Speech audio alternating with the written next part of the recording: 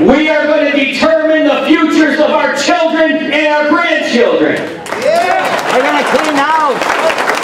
The work that we have set before us is not a work that is going to determine what happens in the next year or the next 2 years. It's the next generation we're fighting for.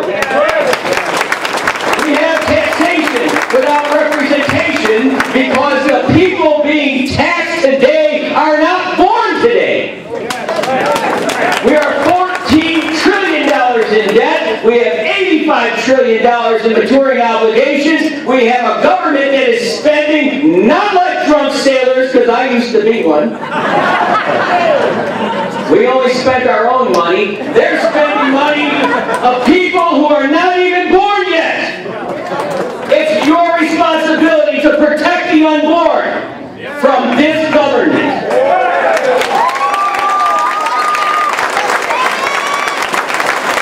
So what are we going to do for the next 31 days? Let me tell you what you're going to do. You're going to make phone calls. You're going to call every neighbor you have, every friend you have, every relative you have, every single person you can think of that has brains enough to know what you're talking about, and get them out to vote. We need to get them out to vote.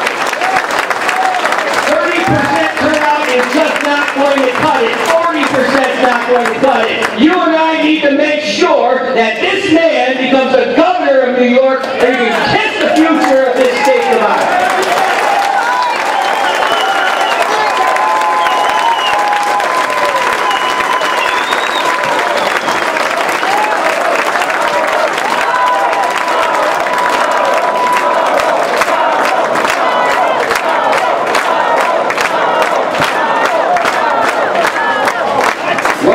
For the next 31 days, you're going to take palm cards and you're going to walk door to door because your neighbors need to hear what has to be said. Your neighbors need to know that there is a choice that makes a difference this year. We're not choosing between the lesser of two evils. We're choosing between the very survival of our country and the very destruction of our country. Yeah. We need to go door to door. We need to start wearing out our shoes. And please shut your TV off. There isn't anything worth watching on it unless it's Carl Palladino.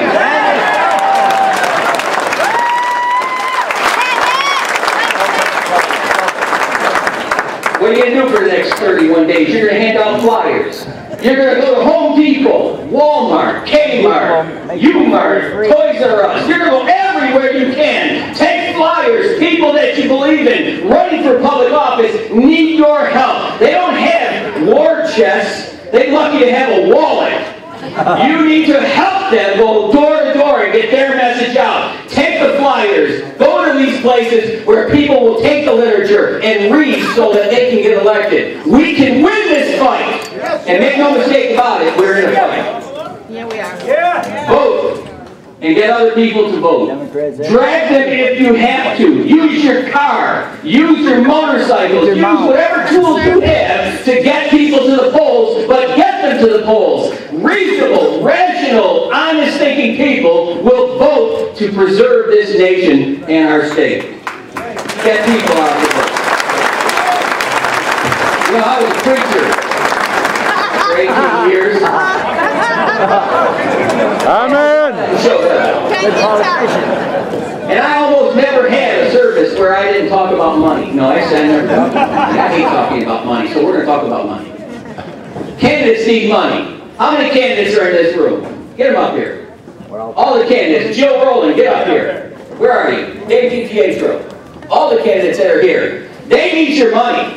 It doesn't matter if you live in their district. Your money can help them get elected. Their voice can work for you in the legislature in Albany. Their voice can work for you in Washington, D.C. It doesn't matter where you're from.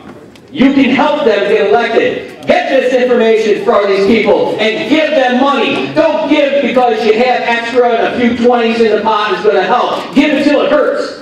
Give as if your children's future depends on it, because it does depend on it.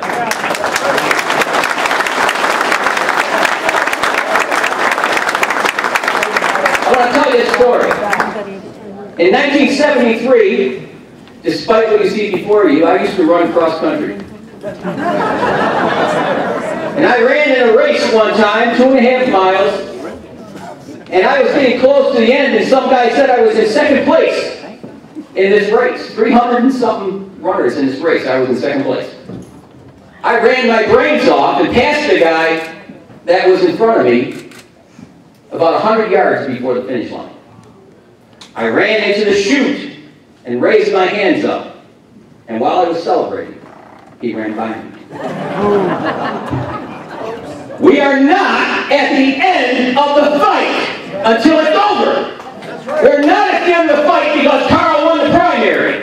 We're not at the end of the fight because we're all gathered together in this room celebrating the potential future that we could have. It's not over until it's over. It's not over until they're laying on the ground and bleeding from the mouth, and Carl Palladino is governor of New York.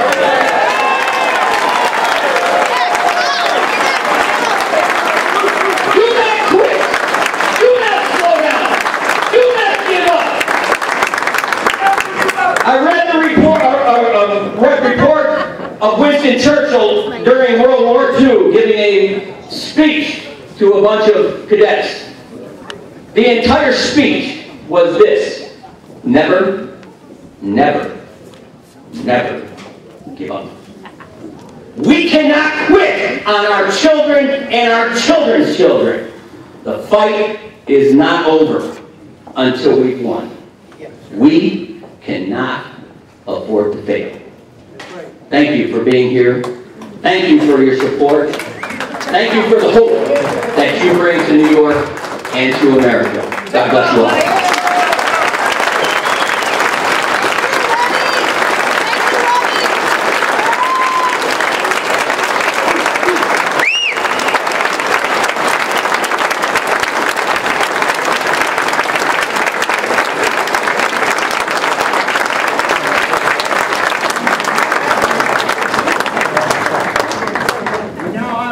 I'm not sure what the format was after this, but I'm sure somebody was going to say something about my newest best friend, Carl Palladino.